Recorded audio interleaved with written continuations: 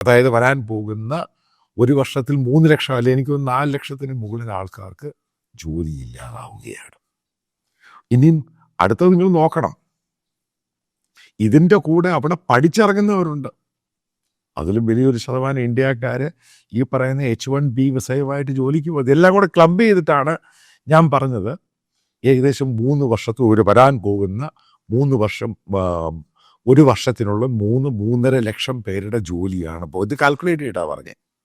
അപ്പം അതിൻ്റെ കണക്കുകൾ ഇപ്പോൾ ഇന്ത്യൻ പത്രങ്ങളിലും വരാതെ, ഇത് ഞാൻ അഡ്വാൻസ്ഡ് ആയിട്ട് നിങ്ങളോട് കാൽക്കുലേറ്റ് ചെയ്തിട്ട് പറഞ്ഞു ഇതാണ് ഉണ്ടാകാൻ പോകുന്നത്.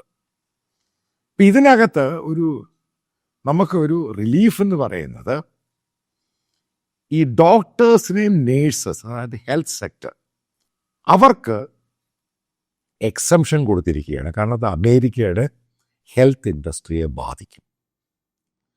അതുകൊണ്ട് അവർക്ക് കംപ്ലീറ്റ് ആയിട്ട് എക്സംഷൻ, അമേരിക്കയിൽ പഠിച്ചിറങ്ങുന്നവർക്കാണെങ്കിൽ ഇവിടുന്ന് MBBSും അതേപോലെ മാസ്റ്റേഴ്സും എടുത്ത് പഠിക്കാൻ പോകുന്നവർക്കാണെങ്കിൽ അവർ അപ്ലൈ ചെയ്യുമ്പോൾ അവിടുത്തെ ഒരു ടെസ്റ്റ് ഉണ്ട്.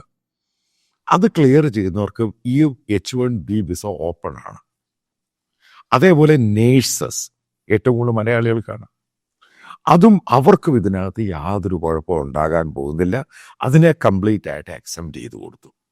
ഇനി ഞാൻ അമേരിക്കയിൽ നിന്നും റിപ്പബ്ലിക്കൻ പാർട്ടിയുടെ ചില ആൾക്കാരുമായിട്ട് സംസാരിച്ചപ്പോൾ, ചില ജേർണലിസ്റ്റുകളായിട്ട് ചോദിച്ച് മനസ്സിലാക്കിയത്, അമേരിക്കൻ ഗവൺമെൻറ് ട്രംപ് അഡ്മിനിസ്ട്രേഷൻ മറ്റുള്ള സംഭവങ്ങളും നോക്കുന്നുണ്ട്.